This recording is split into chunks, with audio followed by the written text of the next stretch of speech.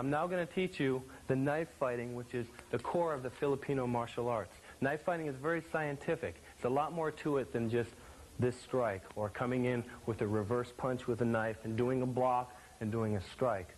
A lot of things that I read about in magazines and in books, the idea of a block is totally against what we're into, and I'm going to show you why. Okay, Charlie. For instance, what I see a lot is the infamous X block. Now, if I'm coming down with a strike with this blade, and if he comes in with an X block, this is the idea of what I'm saying isn't going to work. From his strike here, we've got a slight structural problem. Now, I see this over and over in books and in magazines. Now, the idea of the X block is correct, but the usage of it isn't. Now, we're going to do the same X block with two different variations. He's going to angle, and he's going to cut the hand on the first motion. And this is what the Filipino martial arts is all about, cutting the hand on the first motion, defanging the snake. If you defang the snake is harmless. So now he's going to do that same X block, only we call it a roof block. He's going to zone, and he's going to cut the hand on the first motion. Now watch the difference in economy of motion. I'm going to come in with my strike. Here's the X block, but here's the cut and the disarm right away. Now that you see that cutting is more important than blocking, you're also going to find out that it doesn't matter what type of knife you have. You can use a machete with this length, or you can use a small pocket knife with this length, the balisong. It doesn't matter, the point being that you cut on the first motion. You have different grips that you can use. You have what we call the Dumgob grip, or the Pakal grip. If you have a standard grip, we're not too concerned with is your thumb here, is your thumb here, is your thumb here. Is the knife here, is the knife here? Because when you knife fight, you're going to move. And your movement is just going to speak for itself. It doesn't necessarily matter if the knife is in the front hand or if the knife is in the rear hand. People have their own personal preference. Some people like to use this grip in the front hand. Others like this grip in the front hand. Others like this grip in the rear hand. They'll use this hand and come down here. Others like this. I prefer this grip myself, but this is my own personal preference. Just straight ahead, facing, moving around. You don't really need power, because you got a sharp knife here, so you put it in your front hand. That's naturally the quicker hand. So now that we know that you can use any blade you want, any size you want, anything from a tiny pocket knife to a large machete, and any of those variations are going to be applicable to this tape, I want you to take a wooden knife and train with a wooden knife. This is what we're going to train with. If you don't have a wooden knife, you can take a regular knife and tape the edge. By taping the edge, you're not going to cut yourself. With this in mind, I want you to grab a knife and let's get training. Now, you have a knife in your hand and you're ready to get started. You'd like to know how to defend yourself against a knife. This is the first thing you want to know. Well, in order to defend yourself against a knife, you have to know how to fight with a knife. A knife fighter will be able to defend himself. Now that you have a knife in your hand, the first thing that you have to know is what not to do. We showed you a few variations of what not to do in terms of blocking. I'm going to get into that in a little bit more detail now. Steve. Okay, I'm going to come in with a strike, and Steve is going to block, and he's going to do something that perhaps you've seen before. I come in, he blocks, and he kills me. I come in again. He blocks, and I'm dead again. I come in with downward strike, and here we go. Now, that looks fine from the naked eye. It looks fine in a book, as long as someone's locking that thing out. But if we're moving around the way a knife fight would be, I don't think he's going to be able to do that. Because you've got to make contact on the first motion. You don't have time for a block and then a strike. So when I come in, the minute he blocks, boom, he's cut already. The minute he blocks with his hand, boom, it's in and out. You see, so any strike I come with, any shot here, he's already cut. So he doesn't have time to block with his passive hand first. What he does have time to do is if I come in, is to cut my hand on the first motion. So as soon as I come in, boom, now he's taken the knife from me. He has defanged the snake. No matter what angle I come at Steve, he's cut me already. He's cut me already. Even if I'm flicking the knife out like a boxer, he's going to take it here. And a lot of people think that you can take a shot on the arm. They think, well, I'll just put this arm out here. The knife will come in and I'll take it here, and then I'll feed it back. No, that doesn't work. Number one, when you're cut on the forearm, it's not just, oh, there's a cut and there's a little line and I'm bleeding, but In a fight, I've got pain tolerance. I'm not going to get too graphic, but without getting overly graphic, the body goes into shock. Within 2 seconds, you're bleeding, you're ready to pass out. In about 15 seconds, your body's already pumped, you're moving around. It cuts here, it's open. Your body goes into instant shock. You have no timing, you have no footwork. You have about 3 seconds to do whatever it is you're going to do, if that. So the minute you take the knife hand and cut it, that is the end of the fight. To illustrate that point of cutting the hand, defanging the snake, let's see what this knife does to the side of beef. And I have news for you. That side of beef is no different than your arm. So this is the first thing I want you to remember, first thing I want you to write down. You cut on first motion. With that idea in mind, let's get to business. Now, remember what I said. In order to defend against a knife, you have to learn how to fight with a knife. So in order to fight with a knife, you have to, A, know what targets you're aiming at, and B, know what targets your opponent is going to hit you with. Most of the time, the opponent is going to be aiming for your head or for your stomach. He's just going to come in wild. He doesn't know the subtleties of hitting the hand and taking the fang from the snake. So therefore, if he's aiming for your head, you aim for his hand. You have at least an 80% advantage in speed here. Now, Mark comes in. If he aims for my head, boom, this is my cut on the arm right away. Most people keep that knife out, and then they come in to try to thrust you. If I try to block and come back with him, it's a 50-50 thing. But if I keep my knife tucked in, and I'm moving around, up on my toes, more like a boxer, and he comes in for my head, this is when I cut the hand. Again, slow. This is my hand cut right away. So for him to get to my face, he has to get past this knife. That's a very difficult task to do, unless I'm trying to block. So when he tries to get to my face, any angle he comes at, any different angle, I'm cutting. So the concept is, keep the knife tucked in, move around, stay up on your toes, and cut that limb. That is what's going to save you. Now, as I've said before, your best target to shoot at would be the arm. Now, this is always assuming that you're fighting a good knife fighter. A good knife fighter's got his knife right here, chambered, and he's moving around. If he is in this position, and if he fires a weapon, that's when you cut it. Now, if you have an opponent that doesn't know how to fight with a knife, he's got it in his rear hand, and he's just coming at you wild, it would be stupid for me to wait until that thing comes and then finally cut it, because I've got all this target area that I can be attacking first. So let's talk about what target area I could attack if he comes at you in this position, where you see this before you see this. Now, our first position, starting with the limb, is the wrist. Now, the timetable varies upon his weight. It can be anywhere from 2 minutes to 30 seconds to 20 seconds. This is all dependent upon how deep I go and the weight of him. Okay, so we start here, the wrist. The antecubital fossa, which is the inner elbow. You don't want all that mumbo-jumbo, the inner elbow. You have the armpit. You have the neck. Going down the body, you have the solar plexus. Now, is this to say that if you miss the solar plexus and get the ribs, it's not going to be any good? We're dealing with a knife. I'm just saying you have better and then you have good. You have the hip. You have behind the knee, and then you have the Achilles tendon. These are your primary spots. If you miss the Achilles tendon and slash the calf, that'll work too. Now, if he comes at you, let's say, with a kick, you just treat the leg like a weapon. So when he comes at you with a kick, you just cut the leg on the first motion. So basically, the main point I want you to remember is everything in the body is a good target, but you have better targets, depending on the positioning that he comes at you with. Okay? And if you think that everything is a good target, then that'll teach you to respect the knife. Because on the other end of that, any place you get cut is going to do some serious damage. So I want you to start this tape off respecting the knife. Now that we know what not to do, and now that we know the different targets you can aim at, what I'm going to do now is give you our numbering system. Once again, a numbering system is nothing more than a reference. So you don't have to say, do like this to me, or do like this to me. You just say, give me this number, give me a number 2, or give me a number 4. I'm just going to make it very simple, 5 numbers. A diagonal down, a slashing down, or a thrusting down is an angle 1. So if it comes down at a diagonal, either a thrust or a slash, that's an angle 1. If it comes a backhand diagonal, it's an angle 2. It could thrust. If it comes at a horizontal blow, lower, this is an angle 3.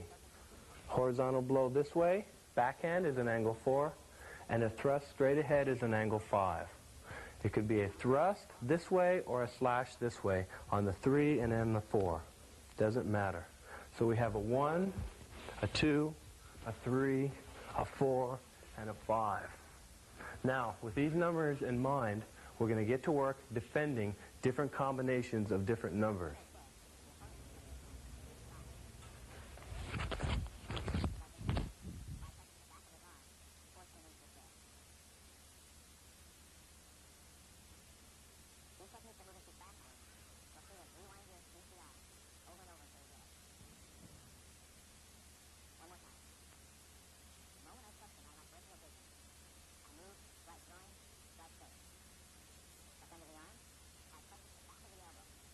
Now you have your knife, and we're going to get started. I'm going to break this tape into two categories as far as the techniques go and as far as the training methods go. Training methods are to develop attributes, and techniques are actual things that you could possibly do in a fight. Now I'm going to talk a little bit about disarming the knife. When you see us doing our techniques and our disarms, I want you just to remember one thing. You never look for a knife disarm. It happens to be there, you take it. If it's not there, you don't take it. Chances are, if you're in a knife fight, someone comes at you with a knife, you're just going to make one shot right across the arm, and it's going to be over. If you miss, and you catch it with your checking hand, you're in a struggling situation, this is where the techniques could come in.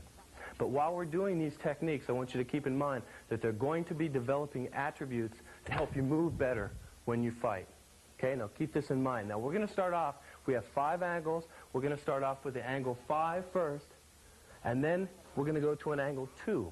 And you're going to see why we go to these particular 2 angles. Okay, Mark, come in at an angle 5. As he comes in at this angle, I cut first. First thing I want to do is get out of the way of this. That's the first thing. I want this motion. Because the one thing the knife brings out is cat-like movement. When you train with the knife, you move more like a cat. You don't move like a boxer, like a Rocky Marciano. You get up on your toes, more like a Sugar Ray Leonard. Now, with that cat-like movement, he comes in with a 5. I cut. But when I cut here, I hook the knife back.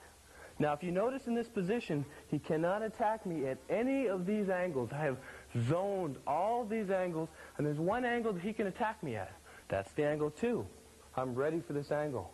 When I get this angle, I'm going to cut, disarm, take the throat, and throw. This is our first technique. Now, what I would like you to do is look at this again slowly and watch my body mechanics. Very slowly. Move over. Okay. Cut. Hook. Now, this motion here can be done this way also. Straight down. We take it here first and just drive it straight down. Now that I've got this locked in position on a 90-degree angle, he's got one shot he can attack me with, and I'm ready for it. Boom, that's my cut and my disarm. From the natural momentum of that, I go to here, and then that's my hook, and that's my throw. We're going to do it one more time slow. 1, 2. I catch it here, and I hook the knife in. I take my knife to disarm. The momentum goes here, follows up to here. I hook the knife. I have a slight wrist lock here, turning back, and this is my throw.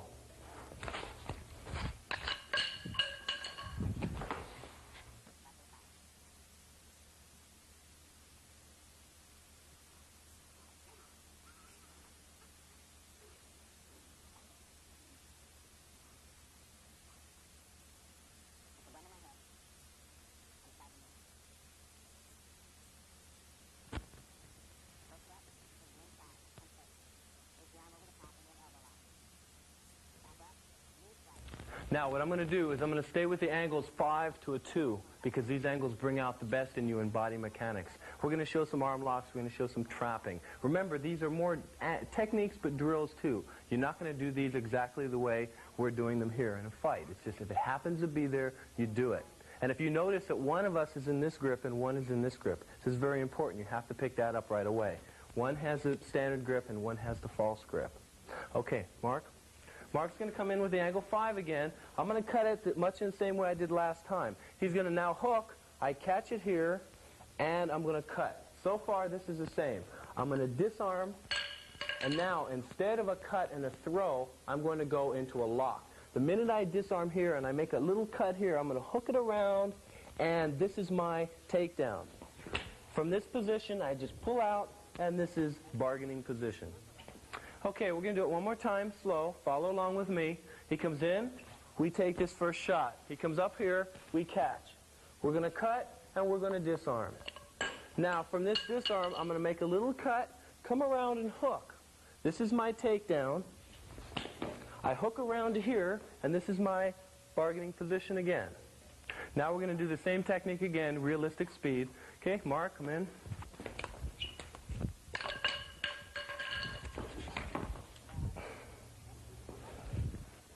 Now what we're going to do is we're going to do a third technique, and I'm going to add a different lock. Now you say, why so many locks? Why the variations? Bruce Lee talked about simplicity. Well, we're talking about simplicity. We're talking about economy of motion. We're not talking about simplicity and quantity of techniques. For example, when Mark comes in with a 5 and I cut, he comes up to here and I disarm and I cut. If his energy is pushing me at this point, this is when I would come around to come up to this technique. If, at this point, if his energy was going toward my right shoulder, I would take it into this technique. So my sensitivity of feeling him at this point right here will dictate what technique I go on. So I have to know what technique to do, and I have to have a variety of techniques in order to be as simple as possible. Now, let's go through this one more time, slowly. Angle 5, this is the same. It comes up to here, and I cut, I disarm. Now from here, I'm going to just raise up here, bring my knife hand in, cut, and just hook straight to here. Now with me again, one more time, we're going to go slow. He comes in, we cut and we hook. He comes up to here and I cut, I disarm. From this position, I raise to here, come around, and hook. This is my position. Okay, regular speed, he comes in.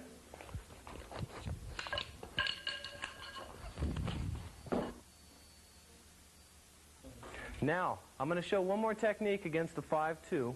Once again, there's a multitude of techniques you can show. From the 5-2 to the 5-3, the 1-3, the 1-5. We have 5 angles, you got 25 possibilities. If we come up with 12 angles, you got 144 possibilities. What I'm trying to say is techniques are not where it's at, but you should know a few.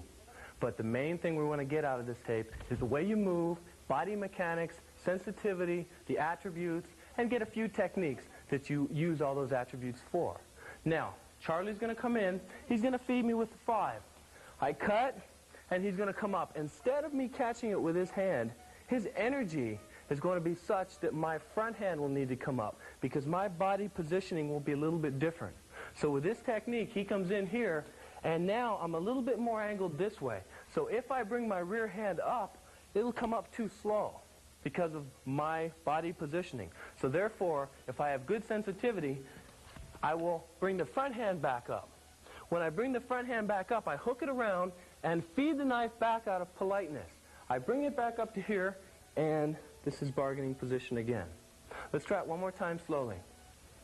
Charlie comes in, I cut and I hook. Comes up to here, I hook around and I feed it. The minute I feed it, I take it to here, and this is my position. What I want you to do is I want you to pick up the speed a little bit. You're going to watch me, and I'm going to go through the same body mechanics with you. What I want to do is I want to address the word energy. I keep bringing that up a lot. When I say energy, I'm not talking about some mystical, magical chi or whatever. What I'm talking about is just simply pressure. Pressure is him pushing on me in any particular position. For example, if Charlie has this grip, and if he's pushing down on me here, if I fight this, there's a chance I could slip off, and this could be crucial. But if I have energy or sensitivity, as he's pushing down this way, I just ride with it. And then it's crucial for the other person. So that's what I call sensitivity. Now, let's go through the whole technique once again a little bit faster.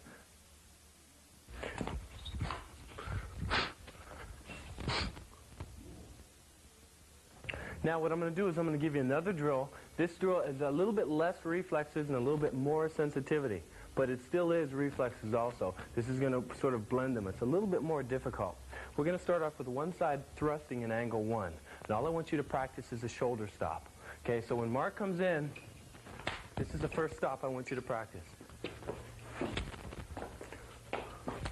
Okay, now, from this position, when I stop it here, he's going to circle around to try to cut me here. He's aiming for my throat here. The minute I get the shot in, as he circles, boom, this is my first shot in the eye. Now let's do that again. I have the shoulder stop here, and then boom, straight to here. From here, I can disarm if I want the side of the blade. I can lock. I can do what I want to do. But we're going to continue the flow just for drill's sake. So once again, slow, 1, circle, 2. Watch my body. Real slow. 1, 2. That's all I want you to do. Go through that slowly.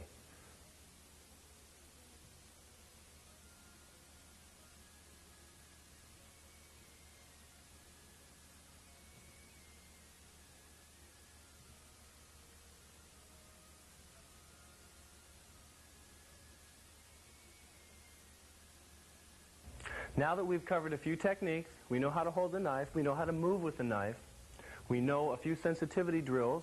What I'm going to work is what to do after you've cut that limb and how to follow up to get to those targets where you don't need sensitivity because you've disarmed the knife already.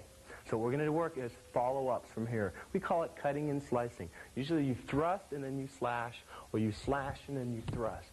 These are follow-up techniques after you've entered and after you've disarmed the knife with a cut. Okay, Mark comes in with a number 1. I'm going to cut here, cut, and slice again. Watch again. 1 across the wrist, 2 across the waist, 3 across the throat, and 4 across the arm. Regular speed. Okay, one more time. Now, you can alter these targets from the throat here back to the knee. So what we've got is we've got across here, here, or here. Across the shin and knee, behind the leg. Now he's got an angle 2. Angle 2, I'm going to slash this way. Very slow. I cut, check, slash, slash. Again. And one more time. Once again, does it matter if we went here or if we went here? They're all going to work with a knife. What is important is that the body moves fluidly.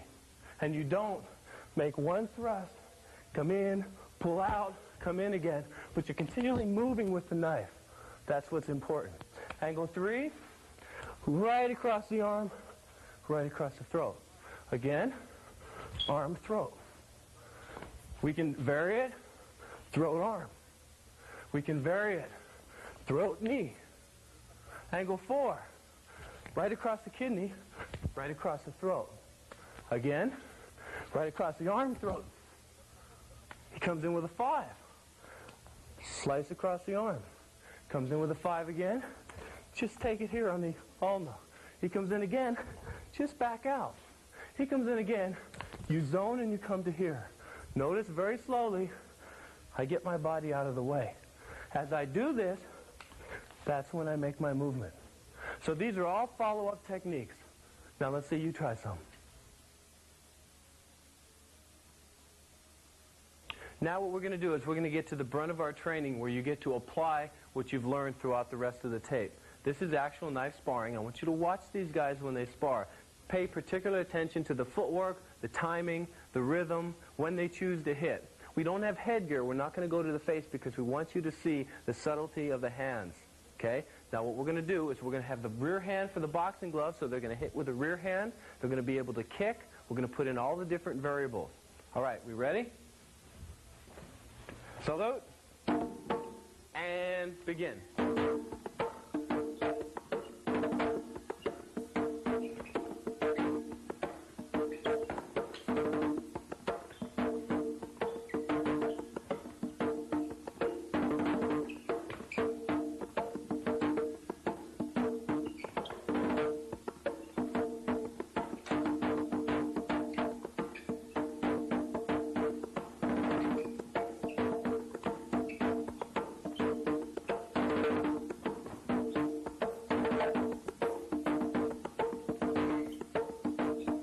Halfway there.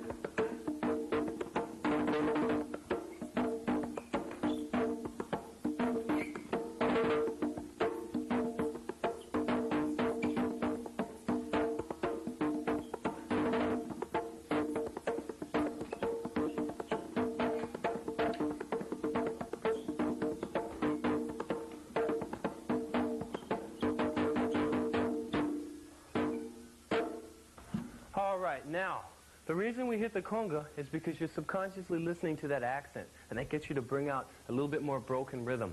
When they're training, what I want you to notice is the contact that they're using. We have the pads on. We can go full contact. We're banging through the legs.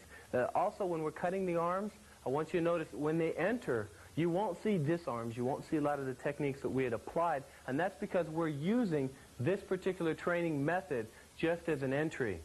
Once they enter, they would need to take the gloves off and actually be hitting on the hand to go through a disarm. Because if you've entered and hit the hand, now when the knife is dangling there, then you disarm it. Otherwise, it's just an irrelevant point. All right, now in the next match, I'm going to go double knife sparring, and I want you to notice how it squares off the body, promotes lateral footwork, and the use of the left hand.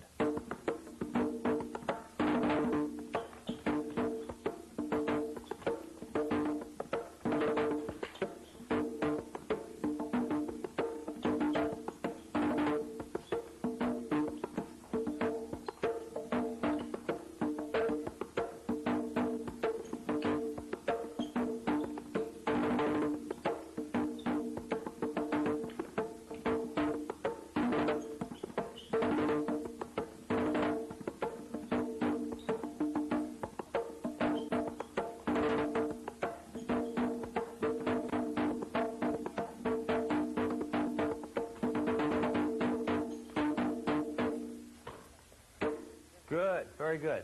Okay. Now, what I want you to pick up is when they're sparring, they're using more lateral motion now. They're not exactly coming in like they would with a single knife, but they're more this way. They're trading a little bit. They're coming in, they're going out, they're kicking. A lot of what you can't see to the naked eye is if the cut were there, the body would go into instant shock, and then you could follow up and do what you want.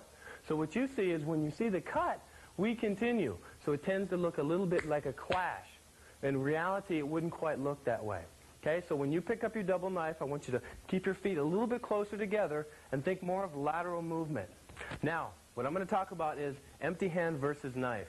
The first thing I want you to think of is that side of beef. When you think of that, then I want you to think of yourself, because you have no idea how dangerous that knife is. So we have an old saying at our academy, and that is, if you ever meet a knife, you run. If you can't run, you fly. If you can't fly, you get an equalizer. What do I mean by an equalizer? Anything. A picture frame, a glass. If you're at a restaurant, hot coffee, tables flipping. I don't care what it is, you use it, because you have to respect the fact that that knife is going to do you damage. If you happen to be in a knife fight and you're moving around, and if you lose your knife and if you drop it, then you're under the same circumstances. You don't have a knife. The first thing you should be doing is keeping your eye on your opponent and scanning with your peripheral vision how to get the hell away from there. If you can't do that, then you back yourself up against the wall so you know where you're at, and then you face him.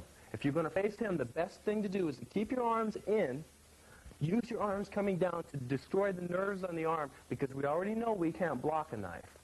So the first thing, we have two things you will remember. Destroy the arms and stop it with the legs. This is only going to buy you time. It's going to save you a little bit of time from the inevitable.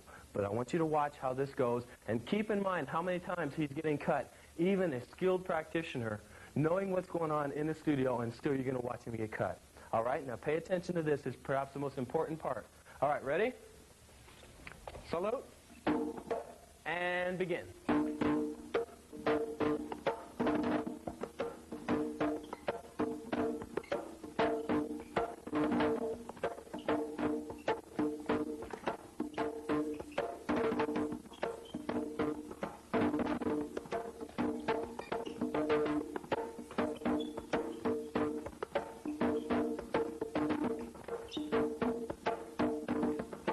Break. Now, what we're going to do is we're going to replace this knife, and we're going to put a magic marker in the hand, and we're going to find out just where he gets cut. Now, we're going to pick it up, round two.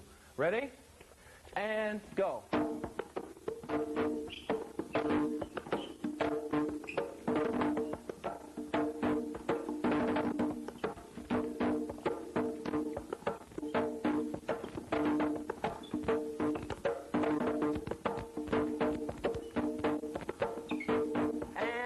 Okay? Now, this is basic spots. 1, 2, 3, 4. Okay? This is within a 30-second period of time. So I want you to keep this in mind. Still, it might save your neck one day. If you're going to do anything, that's what you're going to do. Other than that, let's go with the 3 rules. Run, hide, or fly. Now, in this round, we're going to step up the contact a little bit. We're going to be going to the face. Bill and Mark are going to use every part of the body as a target. The kicks, the hand, the elbows, the headbutts. Okay, keep your eye out on the footwork and the combativeness when they enter and when they get out. Okay, ready? Salute. Go.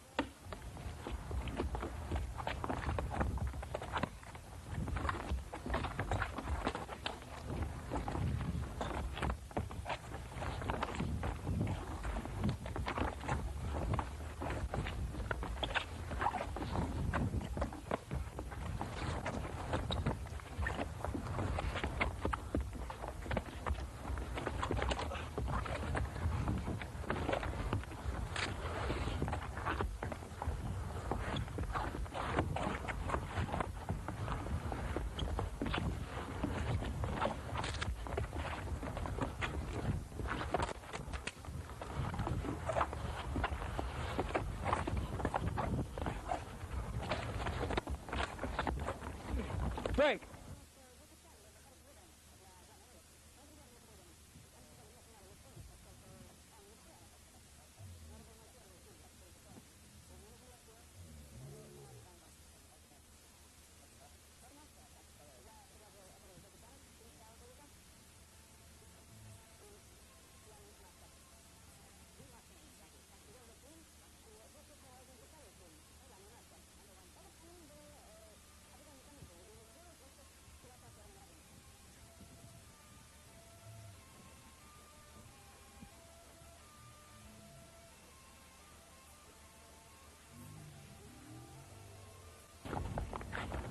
Okay, break.